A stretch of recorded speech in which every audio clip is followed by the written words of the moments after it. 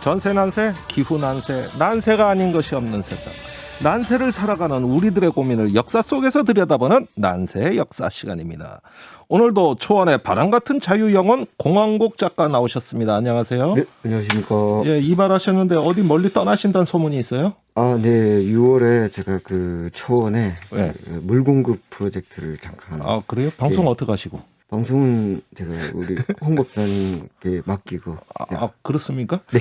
예, 한번 현지 갔다 연결하는 방법도 있습니다. 네. 예, 너무 그렇게 빨리 포기하지 물공급 마시고요. 프로젝트가 아니고 상수도 공사하러 간다. 예, 제가 소개시켜 드려야 얘기하시는 겁니다. 그런 거. 예, 방금 말씀하신 분 쓰레기 없는 세상에 꿈꾸는 외롭지 않은 지구 지킴이 홍수열 쓰레기 박사 나오셨습니다. 안녕하십니까? 네, 안녕하세요. 네.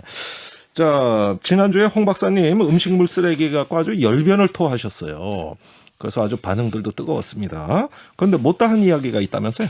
저번 시간에는 음식물 쓰레기 발생 전체에 대해서 설명을 드린 거고요. 네. 이번 시간에는 우리가 식품을 소비하기 전에 그 발생되는 음식물 쓰레기의 낭비 문제에 대해서 예. 좀 말씀을 드리고 싶은데요. 아하. 원래 이제 환경단체인 소비자 기후행동에서 예. 소비기한 표시 제도를 촉구하는 캠페인을 벌이고 있습니다. 소비기한 캠페인. 지금 식품 포장재 보면 겉면에 유통기한이라고 표시가 되어 있어요. 그렇습니다. 그러니까 유통기한만 표시하지 말고 예. 소비기한도 같이 표시하자라고 하는 건데요. 잠깐만요. 소비기한과 유통기한 이거 어떻게 다른 겁니까? 그러니까 유통기한은 판매자 중심이에요. 예. 판매자 관점에서 최적의 품질을 유지할 수 있는 기간. 그러니까 판매자 입장에서 소비자한테 안심하고 판매할 수 있는 예. 기한을 뜻하는 거고요. 어허. 소비기한은 소비자 관점이에요. 네. 소비자들이 식품을 먹어도 건강에 이상이 없는 기한. 그러면 유통기한이 지났어도 소비기한이 남아 있으면은 그때 사서 먹어도 된다. 그러니까 소비자들이 먹기에는 유통기한이 지나도 예. 그냥 음식은 멀쩡하니까 어허. 먹을 수 있는 것이죠. 그러니까 유통만 금지하라는 것이지 소비까지 금지하는 기간이 아니라는 거네요. 그러니까 이제 어떠세요? 유통기한을 표시를 해버리면 소비자들이 이것을 어떻게 이해를 하냐면 네. 팔 수 없는 거 아니냐, 먹을 수 없는 거 아니냐, 어허. 상하거나 미생물이 작용해서 문제가 있는 거 아니냐, 네. 이런 식으로 그냥 쓰레기로 버려버리는 거거든요. 그러니까 유통기한 표시 제도라고 하는 것은 예. 식품을 시스템적으로 학살하는 표시 제도예요. 시스템적으로 학살하는 제도도 굉장히 세게 표현해 주시네요. 그러니까 먹을 수 있는 음식을 먹을 수 없다라고 쓰레기로 버리는 거니까 식품의 입장에서는 식품을 죽여버리는 거거든요. 그렇군요. 그러면은 이렇게 그 먹을 수 있는 음식을 유통기한 때문에 쓰레기로 버린다. 그 심각성이 어느 정도일까 궁금해지네요. 일단은 우리나라에서 작년에 네. 총 생산된 식품의 양이 3,700만 톤 정도 돼요. 와. 그리고 생산액 기준으로 보게 되면 54조예요. 예. 이 중에 1.8% 정도가 예. 반품, 유통기한 때문에 반품되는 것으로 네. 추정이 되는데 그렇게 따지면 67만 톤이 그 생산자들에게 유통기한 때문에 반품이 되어서 폐기된다는 것이고요. 67만 톤. 돈으로 따지게 되면 8천억 원이에요. 8천억 원. 그리고 또 소비자한테 팔리고 나서 예. 소비자가 냉장고에서 보관하고 있다가 유통기한 때문에 또 폐기하는 것들이 있어요. 네. 이것을 전에 보건산업진흥원에서 한번 2013년에 한번 예. 추정을 해봤는데요. 그때 예. 9,500억 원 정도의 손실이 예. 소비자에게서 발생을 한다. 9,500억 원이라 그랬습니까? 그러니까 반품되는 것은 생산자들한테 발생되는 손실인 거고요. 네, 합치면은 대략 한 1조 7,500억 원. 근데 이렇게 2013년 나오네. 추정치니까 지금 기준으로 따지면 그냥 2조가 넘어간다. 2조가 넘어간다. 라고 봐도 저는 무방할 것 같습니다. 자, 그렇다면 유통기한을 대신해서 이렇게 음식물의 소비기한을 늘리는 방법을 그러니까 이 두 개념을 같이 명시하자는 이야기가 있어요. 어떻게 보십니까? 우유를 한번 예로 들면요. 유통기한이 10일이에요. 소비기한이 60일이에요. 오, 그러면 차이가 엄청나요. 그러니까 6배예요. 60일 동안만 냉장에서 보관하면 우유를 예. 마실 수 있는데 예. 10일이 지나서 지나면은 그냥 소비자들은 버려버리는 거거든요. 네. 엄청난 낭비인 것이죠. 식빵 같은 경우에도 유통기한은 3일인데 예. 소비기한은 23일. 23일. 두부 같은 거의 경우에는 7배. 유통기한이 14일인데 소비기한이 104일이에요. 104일요. 그러니까 지금은 냉장 기술이 발달했지 않습니까? 냉장고도 잘 구비가 되어 있고 네. 그래서 소비자들이 보관 기준만 잘 지켜서 보관만 하면 네. 음식물은 얼마든지 오래 예. 보관해서 먹을 수도 있는 건데 예. 유통기한이라고 하는 표시 때문에 예. 마음이 조급해서 자꾸 쓰레기로 만들어라라고 하는 예. 강박관념을 가지게 만들어주는 것이 예. 유통기한 표시제도라고 하는 것이 그러니까 소비자들을 자꾸 쓰레기를 발생시키는 낭비자로 몰아가는 이 나쁜 제도가 저는 유통기한 제도라고 생각합니다. 나쁜 제도다 이렇게 말씀하시는데 이 나쁜 제도가 그럼 왜 생겼을까? 얼마든지 좋은 제도로 바꿀 수도 있었는데. 그러니까 유통기한 제도 자체가 제가 좀 세게 말씀드려서 나쁘다고 하는데 이제 공익적인 기능은 있는 것이죠. 왜냐하면 예. 유통기한 제도라고 하는 게 없었을 때는 식품이 상하면서 예. 사람들이 식중독이라든지 사고가 많이 났거든요. 예. 특히 이제 미국 같은 경우가 우유가 상해서 네. 1920년 전까지는 사람들이 엄청나게 많이 죽었어요.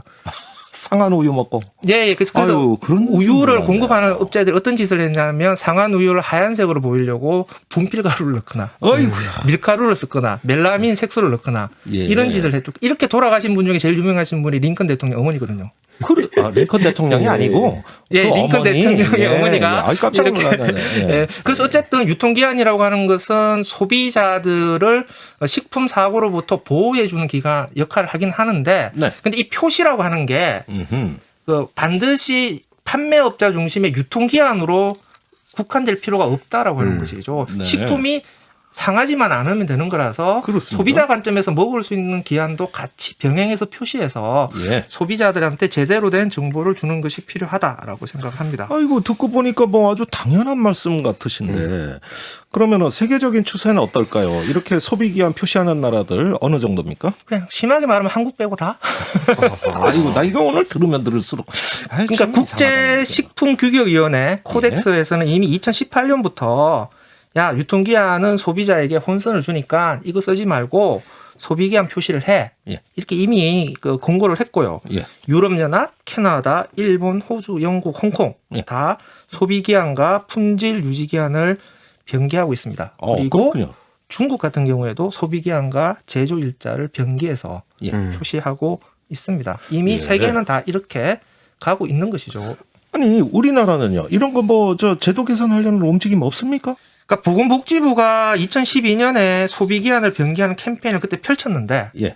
식품업체에 호응이 적어서 폐지가 되었어요. 그래서 2012년에 잠깐 시도했다가 중단된 상황이고 예. 작년부터 국회에서 예. 유통기한을 소비기한으로 바꾸자는 취지의 식품광고 및 표시법안 개정법이 발의가 되었는데 네. 자꾸 국회에서 통과가 안 되고 있어요. 법안 심사 소위에서 계속 계류가 되고 있는데 예. 여기에 대해서 낙농업계가 굉장히 강하게 반발을 하고 있습니다. 아니 점점 이해가 안 되네요. 자기가 생산한 제품을 소비자들이 제대로 소비해주면 좋은 건데 왜 생산하는 낙농업계 측에서 반대하는 겁니까? 낙농업계 입장에서는 소비자들이 먹고 버리고 해야 많이 어쨌든 낭비가 일어나야 많이 생산할 수 있으니까. 저는 이미 다른 낙농업계 이외에 다른 식품회사들의 경우에도 예. 이렇게 유통기한 때문에 반품이 많아지게 되면은 자기들이 손실이 커지는 거거든요. 예. 합리적인 식품 소비 생산의 관점에서 보게 되면은 모두가 그리고 사회적으로 이익을 얻을 수 있는 제도라고 생각을 합니다. 알겠습니다. 이렇게 조금만 발상을 바꾸면 연간 2조 원에 달하는 음식물 쓰레기를 막을 수 있다. 이런 메시지를 주신 거거든요. 저는 조금 충격적이네요. 우리 콩 작가님, 그 초원에서 생활 오래 하셨잖아요. 또 직접 농사도 지셨어요? 네, 지금 농사 열심히 짓고 있습니다. 예. 별걸 다 하십니다. 제가 이렇게 보면은 안 하시는 게 없는 것 같아요. 예. 음식물 쓰레기 그 활용하는 방법들, 이런 초원에서는 어떻게 합니까? 뭐 전반에 말씀드렸듯이 초원에서는 일단 낙농품이 핵심인데 대부분 고기는 바로 먹고 대부분 이제 발효시키기 때문에 유통기한이 없고 뭐 소비기한도 없습니다. 거의 반영구적으로. 반영구적으로. 예. 그래서 저는 자그마한 텃밭을 가지고 자그만하진 않겠네. 좀 큰 텃밭이 있고 그다음에 음식물은 안 버린다는 원칙을 가지고 다 먹고 예. 이제 그리고 남는 것들은 텃밭에다가 거름으로 쓰기 때문에 문제인데 예. 이제 좀 꺼림칙한 건 제가 다 먹고 이제 그 그 수세식 변기에 이 귀중한 제 그 이제 소화물을 다 보내야 된다는 그걸 어떻게 해결할 수 있을까요? 저 요즘 그걸 고민하고 있습니다. 아, 그렇군요. 예를 들면은 뭐 좀 오래 보관이 가능한 발효식품이라든가 뭐 식초 같은 거 만들 수도 있지 네, 않습니까? 뭐 사실 그 유통기한이 겁이 나시는 분은 우유 같은 거는 약간 종균만 조금 넣어서 요구르트로 만들 수도 있고요. 네. 일단 목표를 버리지 말자 이렇게 두면 뭐 방법은 여러 개가 있는 것 같습니다. 네. 아이고 뭐 방법은 얼마든지 있는데 하여간 이 문제만 잘 다뤄도 상당히 많은 음식물 쓰레기 문제가 해결됩니다. 자, 오늘 공 작가님이 최근 우리나라에서 중요한 가치로 자리 잡은 공정의 문제에 대해 할 말이 있다. 이렇게 얘기하셨어요. 어떤 얘기입니까?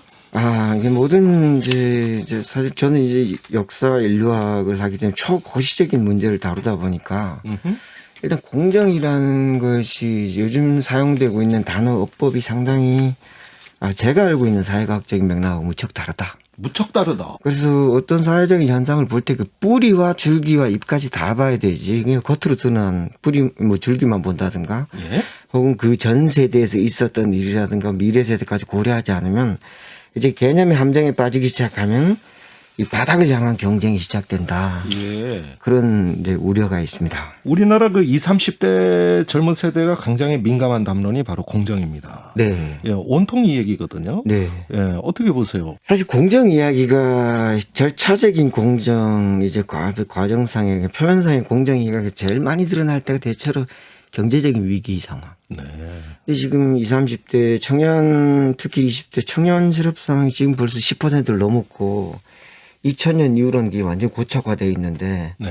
사실 박탈감이 없다면 그건 말이 안 되고요. 예. 청년들은 열심히 하는데 내가 가진 게 없다. 이게 뭔가 문제가 있지 않나? 그런데 이제 눈에 던져지는 게 이제 공정 문제를 지금 다루게 되는데 전 절차적인 공정이라는 것은 공정 문제의 사실 1%도 안 됩니다. 아, 그래요? 절차 중요한데요? 네, 그래서 절차적인 공정 이야기할 때 예를 들면 뭐 전 물론 아닌데 제 아버지가 백만장자라고 생각해 보죠.